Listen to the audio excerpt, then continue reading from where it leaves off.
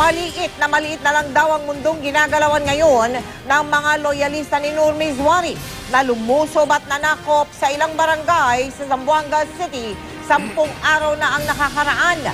Kanya-kanyang takas na raw ang mga rebelde. Sa eksklusibong video, makikita ang puwersang nag-aabang sa mga rebelde na pupulasan patungo sa karagatan. Nasabat din ang mga bangkang gagamitin daw sana sa pag-eskapo ng mga rebelde.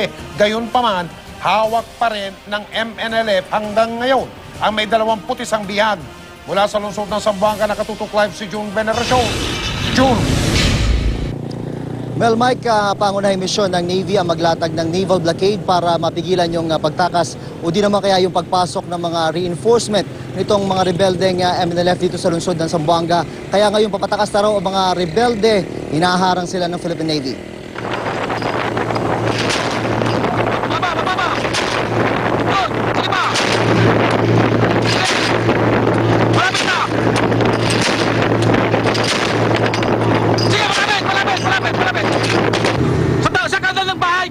Kanan niya.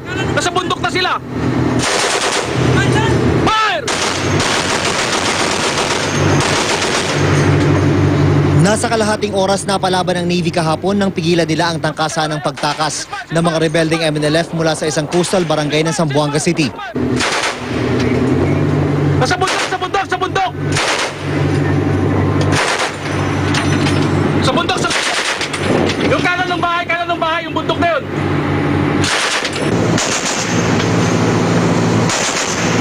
Sige, malapit!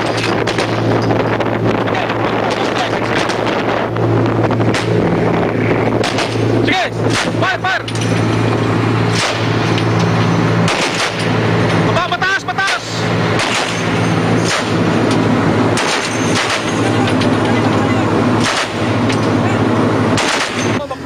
Pero ang mga putok mula sa mga barko ng Navy, tinatapatan ng ganti mula sa mga rebeldeng nagtatago sa mga bakawan. Observe!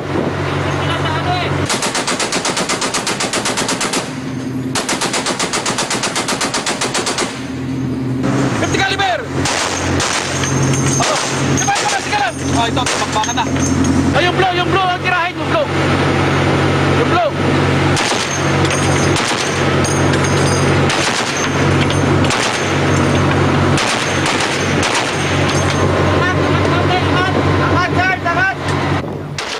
Isa sa mga pwedeng takbuhan ng mga rebeldeng MNLF kapag nakalusot sila sa naval blockade ay ang kalapit na probinsya ng Basilan.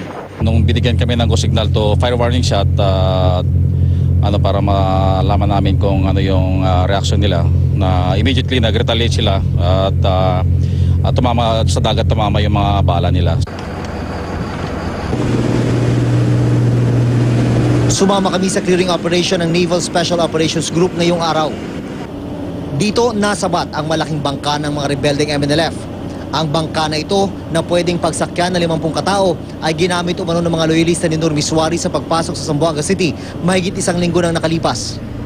At ito rin daw ang gagamitin sana sa kanilang pagtakas ngayong naiipit na sila ng tropa ng gobyerno. Ang primary mission natin dito, kung i-compare natin sa land, yung sa land kinukordon nila yung area, dito naman sa dagat is kinukordon natin yung dagat for possible exit nila. Pero may isang bangka na naiwan sa dagat ang hindi pa rin malapitan ng Navy dahil baka may bomba raw sa loob. Iniwasan din ng Navy na makalapit ng todo sa baybayin. Hindi kami gano'ng lumalapit sa shoreline kasi baka may mga 60 pa dyan, so pwede kaming i-ambush. Para mas lalong makasiguro na hindi makakalusot ang mga kalaban, pati mga sakay ng maliliit na bangka ay hinaharang din para maimbestigahan. Ito yung ginagawa ngayon ng mga special unit nitong Philippine Navy.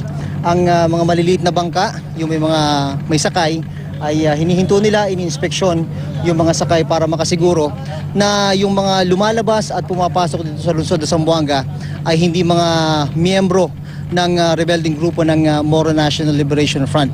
Pagkatapos ito, pag cleared na sila, pinapabayaan na silang pumunta kung saan man yun kanilang destinasyon. Pati cellphone ay masusiring tinitignan.